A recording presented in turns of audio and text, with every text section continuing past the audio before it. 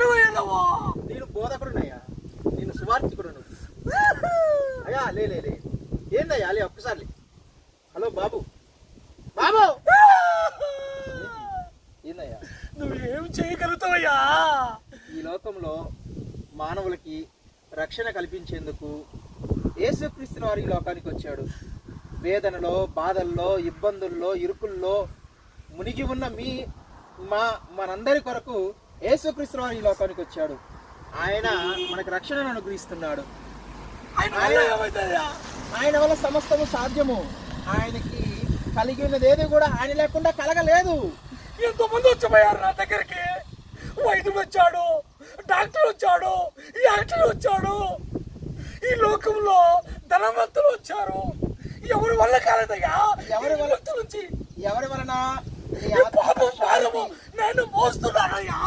ఆయన వల్ల ఏమైందయ్యా? పాప భారాన్ని మోయడానికి, నీ పాప భారాన్ని క్షమించడానికి, నిన్ను విమోచించడానికి, నిన్ను రక్షించడానికి యేసుక్రీస్తు వారు ఈ లోకానికి వచ్చాడయ్యా. ఇది నువ్వు నమ్మాలయ్యా. ఒక్కసారి నీ యొక్క మనసులో ఆయనకు నువ్వు స్థానం ఇస్తే, నాకున్న డబ్బు, నాకున్న హోదా, నాకున్న అంత వ్యాపారం చేసుకున్నానయ్యా. ఎక్కడ నాకు ప్రశాంతత, శాంతి, సమాధానము లేదయ్యా. ఏది ఏమైనా, ఏది పోగొట్టుకున్నా సమాధానాన్ని నీకు సమకూర్చాలి అంటే యేసుక్రీస్తు వారి ద్వారాగే సాధ్యం. యేసుక్రీస్తు వారి ద్వారాగే సాధ్యం. నువ్వు క్రీస్తుని ధరించాలి, నీ పాపాలను ఒప్పుకోవాలి. నీ పాపాలను ఒప్పుకుంటే రక్షించిన దాన్ని వెనక రక్షించుటకు మనుష్య కుమారుడి లోకానికి వచ్చిన దయచేసి ఒక్కసారి ఆలోచన చేయి. బీదలను కటాక్షించుటకు, ఈ విధంగా పాపములో పడి ఉన్న వారి కొరకు, వ్యాధుల్లో, బాధల్లో, ఇబ్బందుల్లో, ఇరుకుల్లో ఉన్న వారి కొరకు, మనందరి రక్షణ కొరకు యేసుక్రీస్తు వారి లోకానికి వచ్చాడు.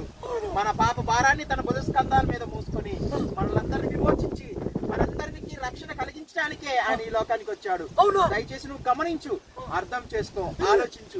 నీ ఆత్మకు శాంతి చేకూరాలన్నా, నువ్వు ప్రశాంతంగా నువ్వు జీవించాలన్నా, నీకు నెమ్మదిని నీకు యేసుక్రీస్తు వారు నీకు అనుగ్రహిస్తున్నాడు. దయచేసి నువ్వేం చేయలేదు. నువ్వు దేవుని యొక్క మాటను విను, నేర్చుకో.